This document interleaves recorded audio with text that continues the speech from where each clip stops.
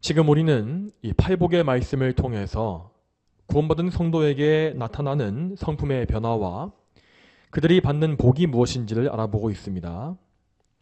하나님께서는 그분께서 친히 택하신 자들을 구원하시기 위해서 그 택하신 바 성도들을 모든 면에서 온전하게 하십니다. 먼저 하나님은 그 택함받은 자녀들이 자신의 타락한 죄성을 깨닫게 하셔서 그들로 하여금 하나님이 주시는 유일한 구원을 찾게 하십니다. 이 과정에서 그들은 마음이 가난해지고 자기의 죄와 비참함을 애통해하게 되는 것이지요. 그렇게 해서 그들은 마음이 겸손해져서 더 이상 자기 자신에게서 구원의 공로를 찾지 않게 됩니다.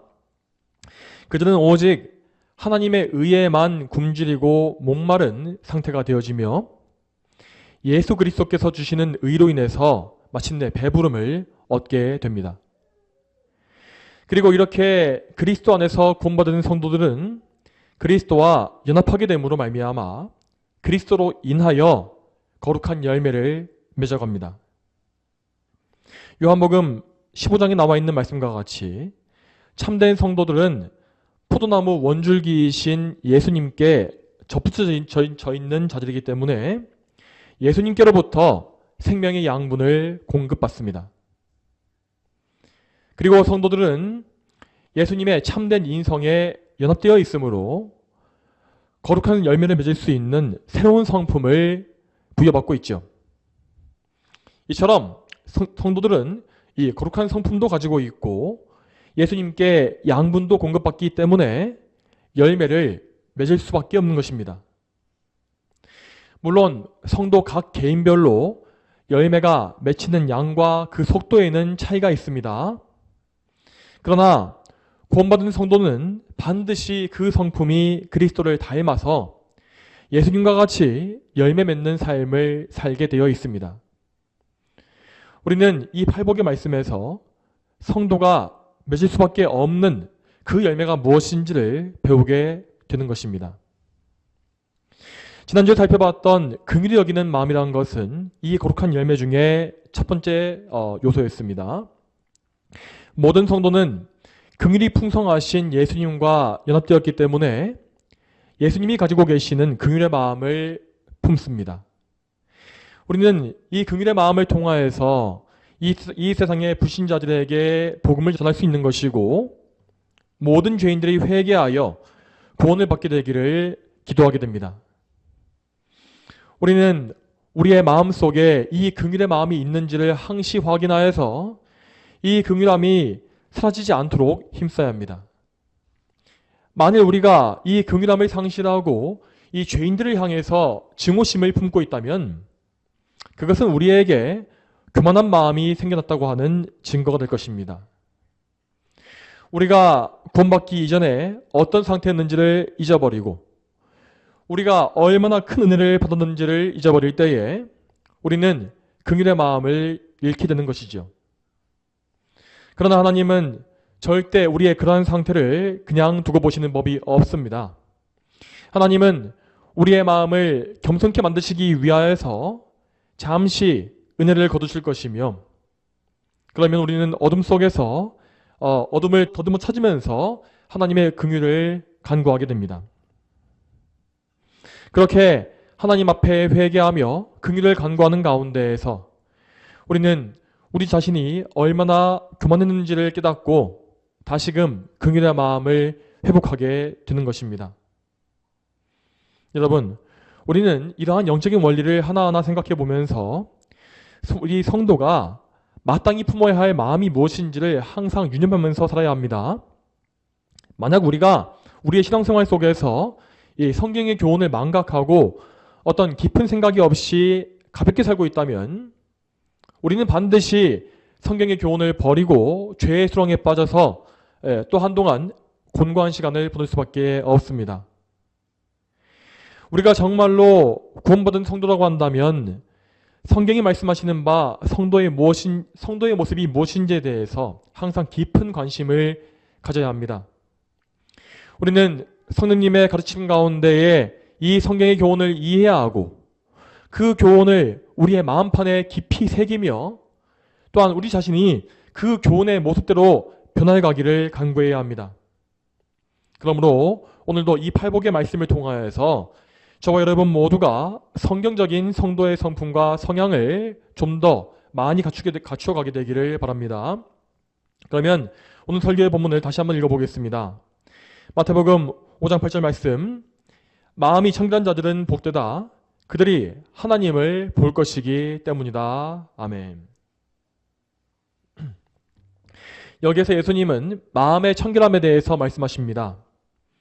이것은 곧 하나님께서 요구하시는 바 우리의 거룩함이라는 것이 무엇인지를 잘 보여주는 말씀이죠.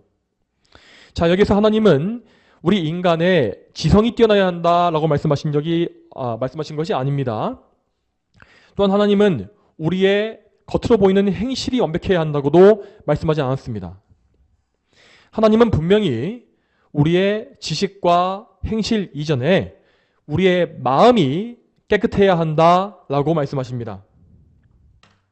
여러분, 성경에서 이 마음이라는 것은 단지 우리의 감정이 일어나는 부분만을 말하는 것이 아닙니다.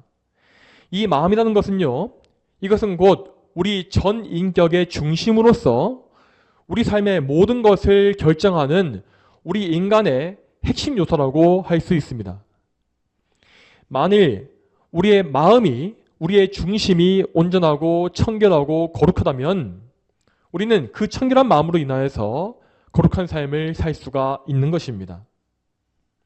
그러므로 성경은 우리 인간, 이 죄인의 모든 문제가 우리 마음의 타락과 부패에 있다고 말씀하고 있습니다. 자, 이에 대해서 성경 말씀을 보겠습니다. 마가복음 7장 21절부터 23절을 찾아서 함께 보겠습니다. 마가복음 7장 21절부터 23절입니다. 사람들의 마음속에서 악한 생각들이 나오는데 곧 음행, 도둑질, 살인, 간음, 탐욕, 악독, 속임수, 방탕, 악한 눈, 비방, 교만, 어리석음이다. 이 모든 악한 것들은 다 속에서 나와서 사람을 더럽힌다. 아멘.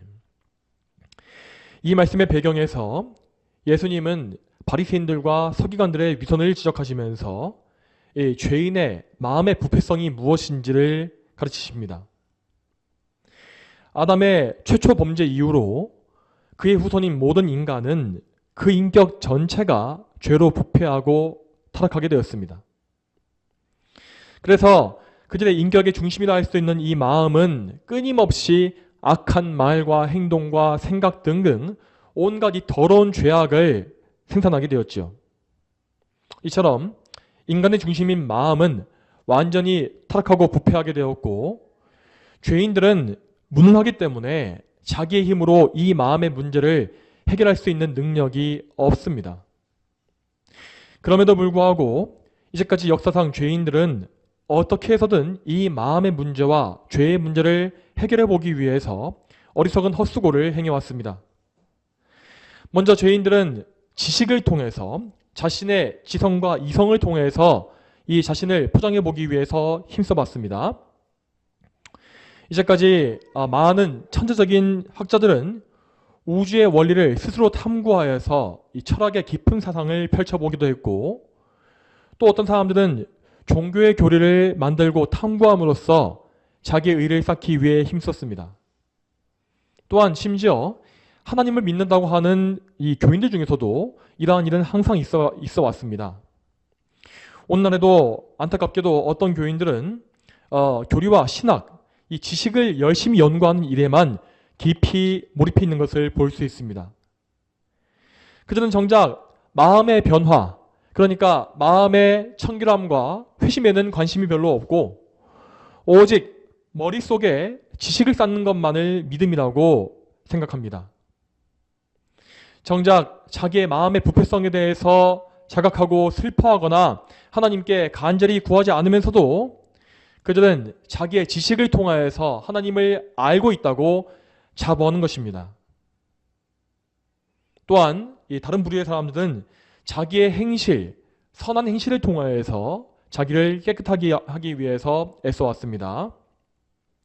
대표적으로 예수님 당시의 바리새인들과 서기관들이 바로 이런 부류의 삶이었습니다. 그들은 모든 율법의 조항을 달달 외우고 그것을 문자적으로 실천함으로써 자기의 청결함을 증명하려고 했습니다. 이를테면 그들은 모든 소득의 11조를 정말 지독스럽게 철저히 계산해서 다 바쳤고 안식일의 규례나 제사법 등을 기기적으로 지켰습니다. 그러나 예수님은 그들의 마음속에 있는 부패성을 폭로하심으로써 그들이 겉으로 보이는 모든 행실이 다 위선이라고 말씀하신 바 있습니다. 그 말씀과 같이 인간의 행실은 절대 그 사람의 마음을 청결하게 만들 수가 없습니다. 그럼에도 불구하고 죄인들은 계속해서 지성과 행실을 추구하고 있는데 그 이유는 그들이 자기의 마음의 상태를 전혀 알지 못하기 때문입니다. 물론 죄인들 역시 이 자기의 마음에서 뭔가 악한 것이 일어난다고 하는 그 사실을 어렴풋이 알고 있습니다. 그러나 죄인들은 자기 마음의 끔찍하고 심각한 부패성과 하나님 앞에서의 타락성, 이것을 전혀 인정하지 않기 때문에 그런 자신의 문제를 자기의 지식이나 행실로서 덮을 수 있다고 믿고 있는 것이죠. 그리고 이러한 맥락에서 오늘날 현대사회에서도 많은 사람들은 자기 중심의 문제, 마음의 문제를 생각하지 못하고 계속해서 자기 밖에서 원인을 찾기 위해서 힘쓰고 있습니다. 대표적으로 이 오늘날 이 대한민국에서 많은 사람들이 추정하고 있는 이 사회주의적인 세계관은 항상 인간 자신이 아니라 인간을 둘러싸고 있는 환경에서만 문제를 찾고 있습니다. 그들은 인간 사회에 일어나는 모든 문제가 악한 환경 때문에 생겨나는 것이라고 믿는 것입니다. 그래서 이 사회주의자들은 항상 사회혁명을 통해서 국가와 사회 시스템을 이 체제를 바꿔야 한다고 주장하죠. 물론 이 국가와 사회의 체제가 너무나 잘못되어 있게 되면 그것을 개혁하는 것이 맞습니다. 그러나 죄인이 만드는 체제에는 항상 문제가 생길 수밖에 없습니다. 사람의 마음이 부패하고 타락했기 때문에 그 죄인들은 어느 시대, 어느 국가에서라도 계속해서 악한 시스템을 만들 수밖에 없는 것입니다. 이에 대해서 예레미야 17장 말씀은 이렇게 말씀하고 있습니다. 만물보다 거짓되고 부패한 것은 마음이니 누가 이것을 알겠는가? 아멘. 이 말씀과 같이 이 세상에서 가장 거짓되고 부패한 것은 다른 것이 아니라 우리 인간의 마음입니다. 마음의 더러움은 이 세상 모든 만물의 부패함보다 훨씬 더 심각하고 더 깊습니다. 그러므로 우리 사회의 제도와 시스템을 갈아엎는 것은 절대로 인간의 문제를 해결하지 못합니다. 정말 만일에 하나님께서 가장 완벽한 사회 제도를 만드시고 최고의 환경을 우리에게 전적으로 주신다 할지라도 우리 죄인들은 그 좋은 시스템에 들어가서 다시금 그것을 다 망가뜨려 놓을 것이 분명합니다. 여러분, 우리 인간의 첫 범죄가 어디에서 일어났는지를 잘 생각해 보시기 바랍니다. 자, 우리의 첫 조상인 아담과 하와가 과연 나쁜 환경 때문에 범죄한 것입니까? 그들은 지금과 비교도 할 수 없이 좋은 그런 완벽한 낙원에서 하나님을 거역하고 범죄했습니다. 이처럼 우리 인간이라고 하는 이 존재는 완벽한 환경 속에서 심지어 죄성이 없는 상태에서도 죄를 향해 가는 그런 속성을 가지고 있습니다. 그렇다면 이미 죄로 타락하고 망가져버린 우리 상태에서 우리 선택이 어떠하겠습니까? 우리 인간은 어떤 경우에도 죄의 문제를 막을 수가 없고 또한 자기 마음을 청결하게 할 수가 없습니다. 죄인은 오직 자기의 타락성을 인정하고 하나님 앞에 엎드려야 합니다.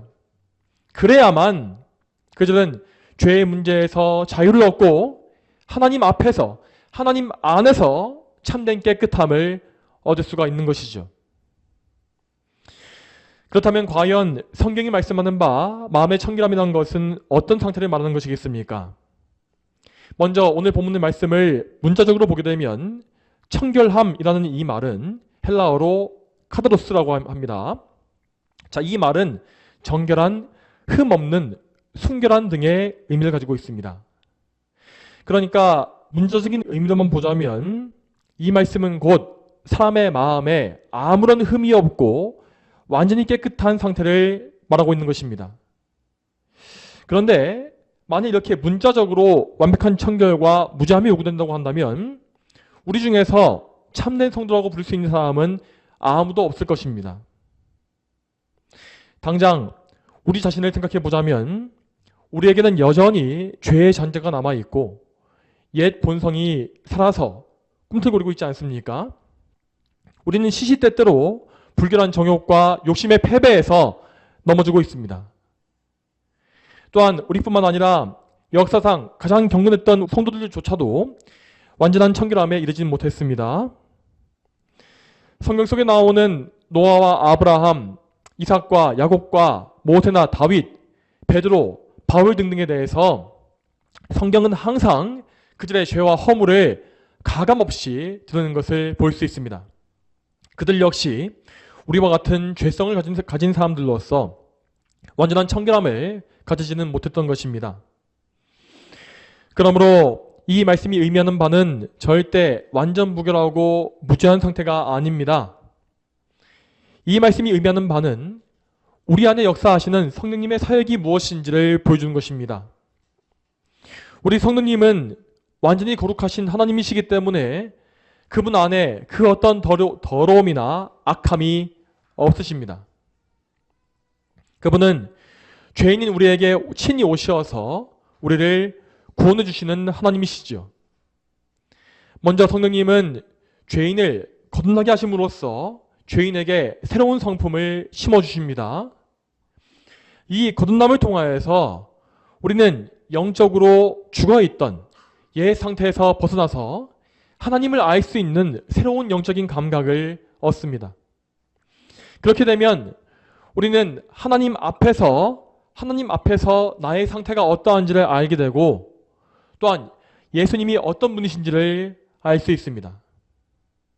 이렇게 거듭난 심령 안에 성령께서는 마침내 예수 그리스도를 믿는 믿음을 주셔서 그가 구원을 얻게 하시는 것입니다. 여러분, 이 믿음이라는 것은 곧 구원을 위한 통로이고 도구입니다. 우리는 이 믿음을 통해서 우리의 죄를 그리스도께 전적으로 다 맡겨드리고 그 대신에 예수님의 귀한 공로를 선물로 받습니다. 그러므로 모든 의인은 오직 믿음으로 말미암아 예수님께 있는 참된 생명을 얻는 것이죠. 성령님은 이렇게 그리스도를 믿는 자들에게 그리스도의 보혈을 통한 죄 사함을 주십니다. 이 죄 사함은 곧 우리의 모든 죄값을 치르는 것이고 또한 오늘 성경 본문에 적용하자면 우리의 죄의 더러움을 맑게 씻겨주는 것입니다. 따라서 우리는 성령님의 사역과 그리스도의 보혈로 말미암아서 마침내 마음의 청결함을 얻는 것입니다. 이 청결함은 우리의 양심에 평화를 주고 하나님에 대한 공포심을 없애줍니다. 예수님을 믿기 전에 우리는 더러운 죄인으로서 항상 심판의 공포 가운데에서 떨고 있었습니다. 그때 우리는 하나님과 원수된 상태에서 계속해서 그분을 대적해 왔으며 하나님의 진노와 심판을 매우 미워하는 상태에 있었죠. 이처럼 과거에 우리는 죄로 인해서 매우 오염되어 있었기 때문에 하나님과의 화평함이나 영적인 안식 등을 전혀 알지 못했습니다. 그러나 예수님을 믿고 그분의 피로써 마음의 청결함을 얻은 성도들은 이제 하나님과 새로운 관계 속에 들어가는 것입니다. 이제 그들은 마음의 청결함으로 인하여서 새로운 신분을 얻었습니다. 그들은 하나님 앞에 의롭다고 하는 인정을 받았으며 하나님의 자녀가 되어지는 놀라운 은총을 입었습니다. 이와 같이 구원받은 성도들은 그 신분이 완전히 청결해졌기 때문에 더 이상 하나님을 무서워하지 않고 그분을 사랑의 아버지로 대할 수가 있는 것입니다. 그렇지만 이렇게 구원받은 성도들은 자신의 실제 상태가 어떠한지를 잘 알고 있습니다. 물론 그들은 자녀의 신분을 얻었고 절대 그 신분을 앞으로도 잃지 않습니다. 그렇지만 성도들은 이 세상에 사는 이상에 언제나 죄인으로서의 불완전함을 가지고 있죠. 이처럼 성도들은 신분상으로는 하나님의 자녀이지만 아직 죄에서 완전히 자유로워진 것이 아닙니다. 성도들은 계속해서 성령께 의지함으로 말미암아 죄와 싸워야 하고 참으로 실제적인 마음의 청결함을 얻기 위해서 힘써야 합니다.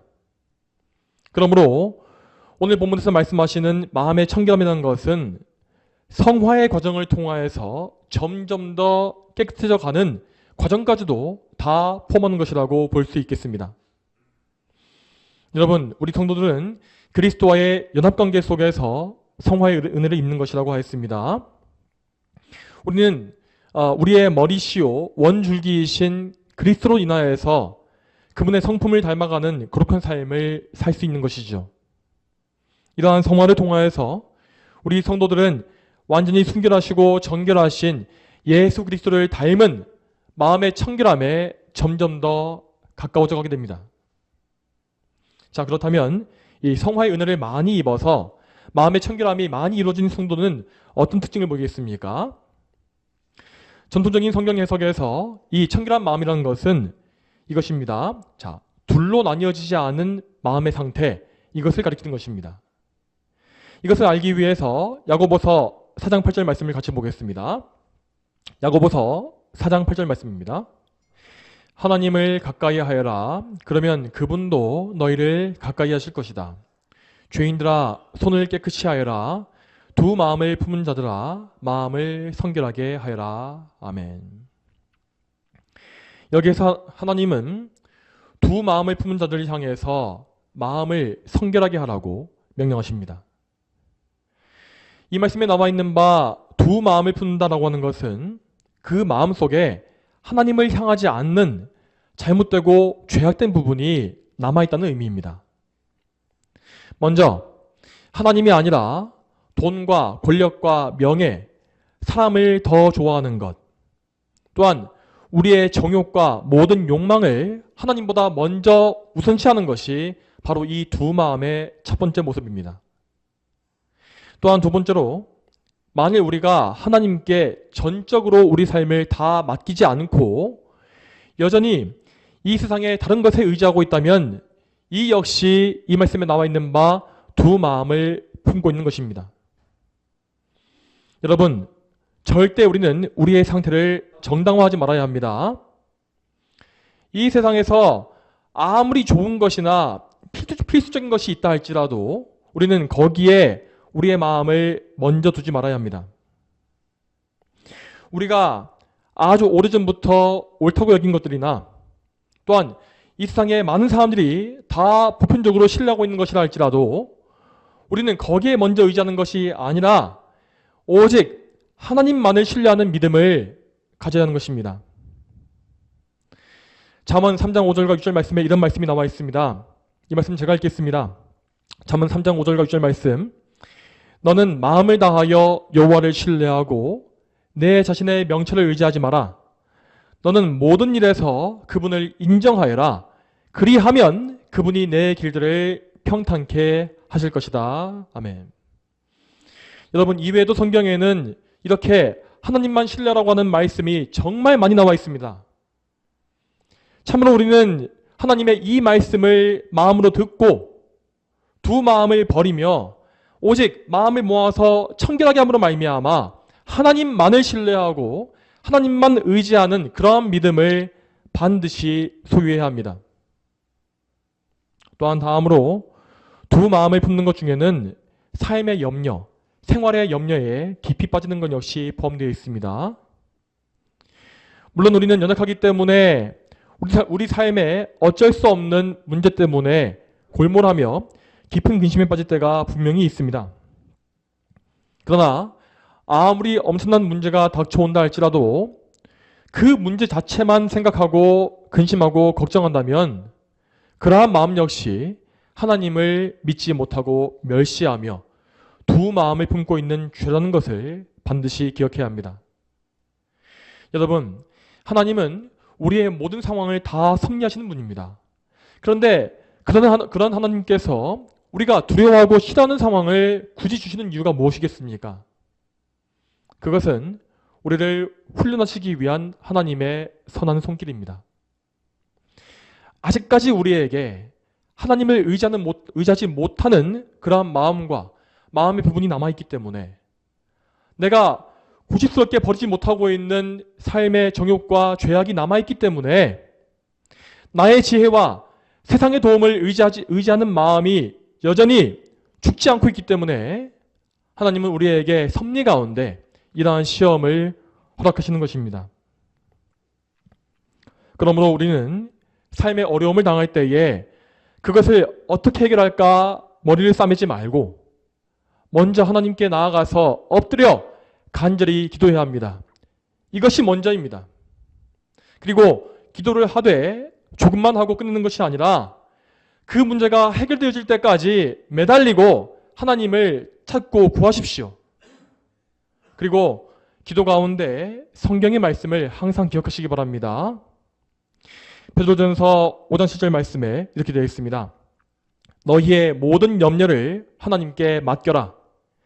이는 그분께서 너희를 돌보시기 때문이다. 아멘. 여러분, 이 말씀과 같이 우리는 하나님께서 우리의 아버지이심을 기억하고 믿어야 합니다. 그렇지 않으면 우리는 반드시 이 세상의 염려와 세상의 모든 근심거리에 우리의 마음을 빼앗기게 될 것이고 우리의 마음을 청결하게 하는 데 실패할 것이며 또한 우리의 마음을 하나님께 전적으로 드리는 데에도 반드시 실패할 것입니다. 사랑하는 성도 여러분, 우리는 우리의 마음이 나누어지지 않게끔 항상 기도해야 합니다. 우리는 언제 어디서나 우리의 중보자이신 예수님께 의지해서 기도할 수가 있습니다. 우리는 기도를 통해서 그리스도의 보혈에 의지하고 우리의 죄를 씻김받을 수가 있고 하나님과의 교제 관계를 다시 회복할 수가 있습니다. 또한 우리는 기도를 통해서 우리의 모든 어려운 문제를 하나님께 아뢰고 우리의 마음을 깨끗하게 정리할 수 있습니다. 여러분, 이러한 사실을 기억하시고 어떤 상황을 만나더라도 청결한 마음을 유지할 수 있게끔 힘쓰시기 바랍니다. 그것이 우리 성도의 본분이기 때문입니다. 참된 성도는 항상 기도와 말씀을 통해서 하나님께 의지할 것이고 그러면 하나님의 은혜로서 마음을 청결하게 할 수가 있습니다. 그리고 그는 마음의 그 청결한 상태를 통하여서 자신이 그리스도와 연합되어 있음을 명확히 증명하는 것이죠. 이렇게 그리스도와 단단하게 연합되고 그리스도 안에 거하기를 즐거워하는 사람은 하나님과 항상 가까이 하는 그런 큰 복을 얻습니다. 자, 그러므로 오늘 본문은 약속하시기를 마음이 청결한 사람은 하나님을 볼 것이다 라고 하는 것입니다. 여러분, 그렇다면 다음으로 하나님을 본다라고 하는 이 말씀은 무슨 의미겠습니까? 자, 우리는 먼저 성경 속에서 하나님을 보았던 사람들의 이야기를 읽을 수 있습니다. 우선 이 모세의 경우에 모세는 출애굽기 말씀에서 하나님의 영광을 보게 해달라고 간구한 적이 있습니다. 그런데 그의 기도에 대해서 하나님은 이렇게 말씀하십니다. 출애굽기 33절 말씀에 나를 보고서는 살 사람이 없으니 내가 내 얼굴을 보지 못할 것이다 라고 하셨습니다. 이 말씀과 같이 우리 피조물인 인간은 하나님을 직접 볼 수가 없습니다. 인간은 유한하고 연약한 존재이기 때문에 무한하고 영원하신 하나님을 보는 일을 감당할 수가 없기 때문입니다. 그래서 하나님은 모세를 바위 틈에 숨겨놓으시고 그를 지나가시면서 당신의 얼굴이 아니라 등을 보여주셨다라고 했습니다. 이 말은 실제로 하나님께 어떤 얼굴과 등이 있다는 것이 아니라 그가 하나님의 영광을 직접적이 아니라 간접적으로 보았다라는 의미입니다. 그리고 모세 이외에도 구약 성경에는 하나님의 모습을 간접적으로 보았던 인물이 또 나옵니다. 아브라함은 나그네의 모습으로 나타나신 성자 하나님을 뵌 적이 있었고, 또 그의 손자인 야곱 역시 어떤 남자의 모습으로 나타나신 성자 예수님과 씨름을 한 적이 있지 않습니까? 이렇게 구약 성경의 인물들은 모두 하나님을 간접적으로만 보았던 것입니다. 그리고 신약 성경에서 우리는 성자 하나님께서 친히 인성을 취하시고 이 땅에 내려오신 것을 알고 있습니다. 그래서 예수님 때의 수많은 사람들은 인간이 되신 하나님을 눈으로 보았던 것입니다. 그러나 이 땅에 계신 동안에 예수님은 하나님으로서의 영광을 감춰놓고 계셨습니다.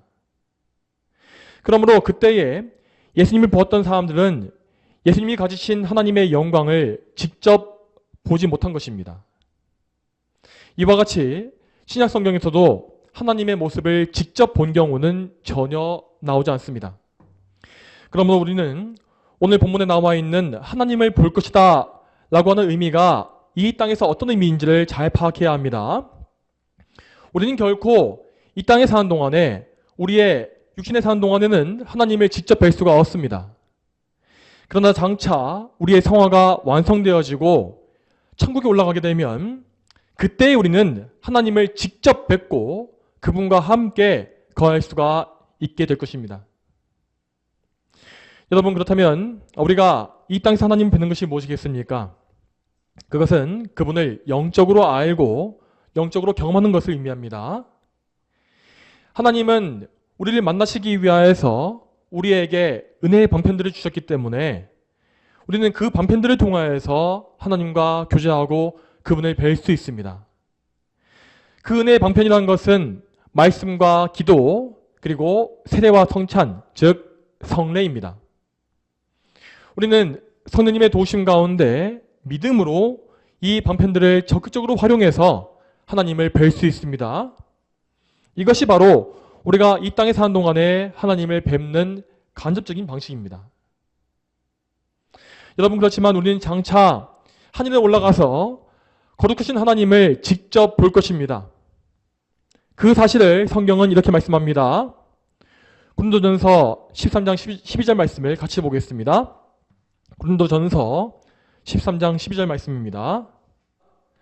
지금은 우리가 거울을 통하여 희미하게 보지만 그때에는 얼굴과 얼굴을 마주 대하여 볼 것이다. 지금은 내가 부분적으로 알고 있지만 그때에는 주께서 나를 아신 것 같이 내가 온전히 알게 될 것이다. 아멘.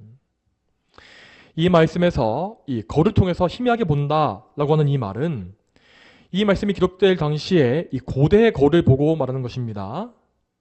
지금 현대의 거울은 이 투명한 유리에 금속 막을 코팅해서 만든 것이기 때문에 이 사물을 아주 뚜렷하게 볼 수가 있습니다. 그렇지만 이 고대의 거울은 이 청동이나 은의 표면을 매끄럽게 닦아서 만든 것이었으므로 그 표면이 선명하지 않았고 이 상이 흐릿하게 보였다고 합니다. 이러한 표현과 같이 우리가 이 세상에 사는 동안에 하나님을 보는 것은 간접적이고 또한 희미하다는 의미입니다.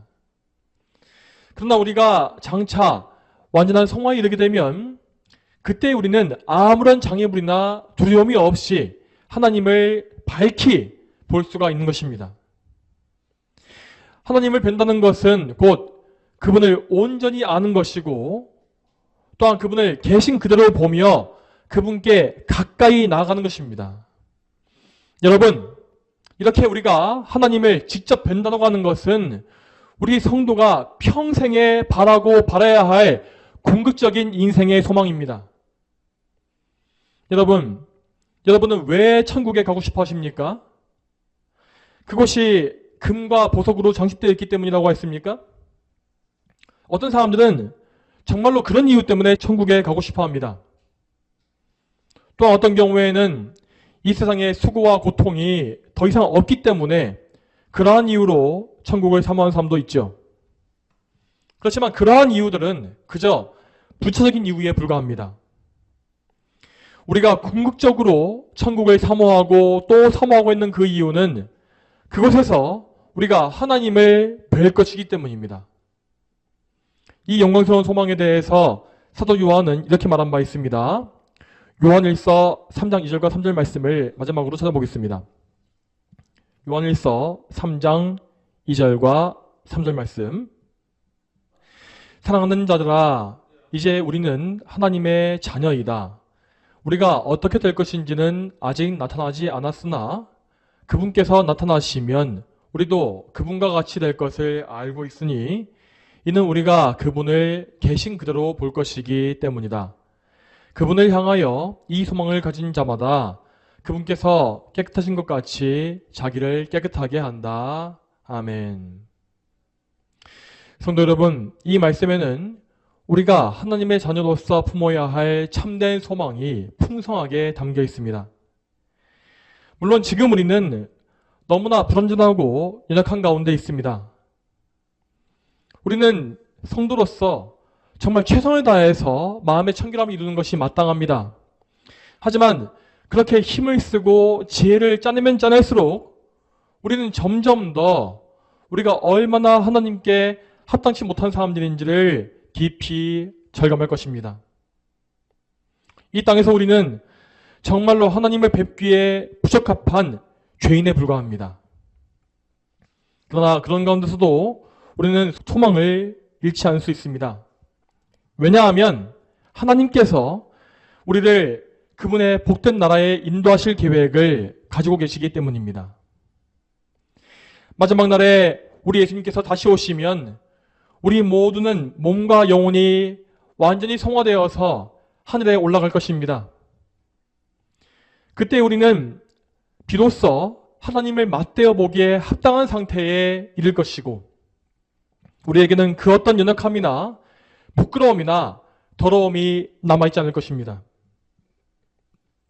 이 땅에 사는 동안에 우리를 그렇게 괴롭혔던 연약함과 죄의 찌꺼기 하나까지도 더 이상은 우리에게 남아있지 않을 것입니다.